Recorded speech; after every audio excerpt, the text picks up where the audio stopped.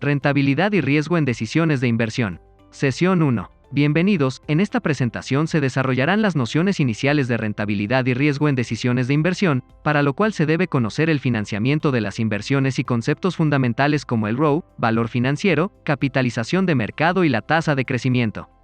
Cuando se procede a analizar una empresa, la primera aproximación que se tiene es el balance general.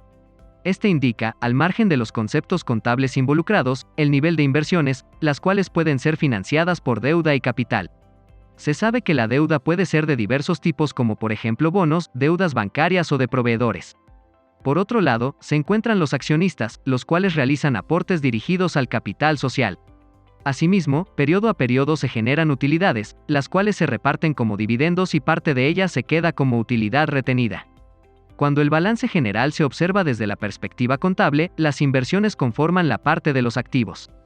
La deuda corresponde al pasivo, mientras que el capital el patrimonio. En el ejemplo mostrado, la empresa Pharmatel tiene un nivel de inversiones de 1.000 millones para determinado punto de corte. El negocio, también llamado activo, genera ingresos, costos y gastos.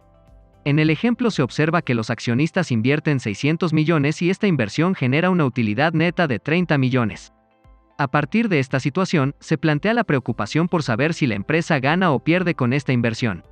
Se sabe que el costo de capital es de 10%, mientras que el ROE es de 5%, es decir, este indicador es inferior al costo de capital.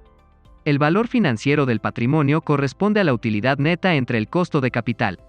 Para el ejemplo empleado, se toma el valor financiero del patrimonio como 600 millones y el costo de capital se mantiene en 10%.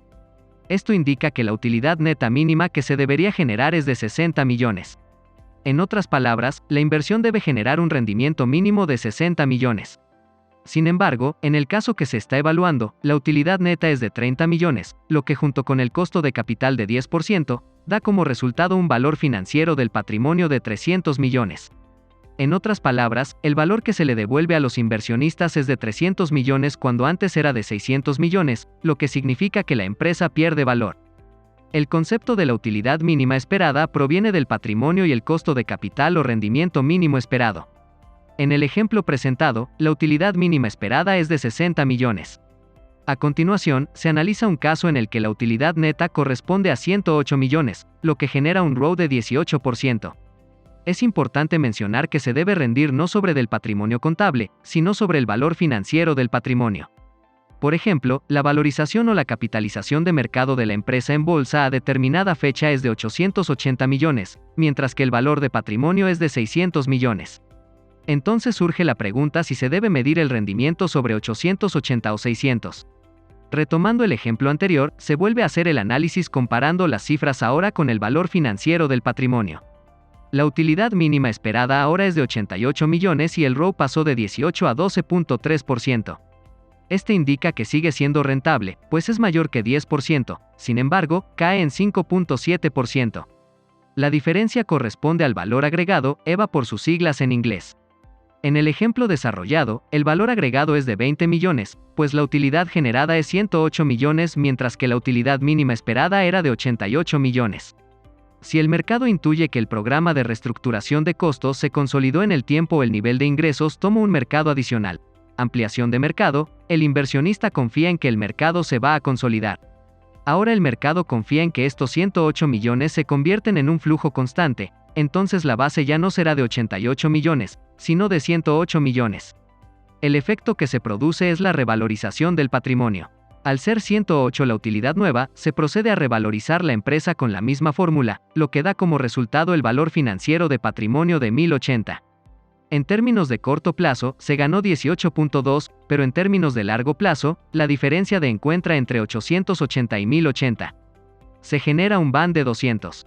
Si se actualizan los valores agregados que se dan en forma continua, se obtiene como valor agregado neto 200 millones.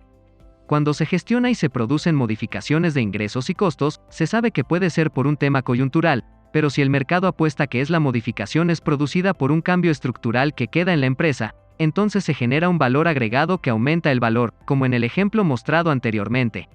La tasa de crecimiento de las utilidades expresa en porcentaje el cambio total que ha tenido una variable entre dos fechas.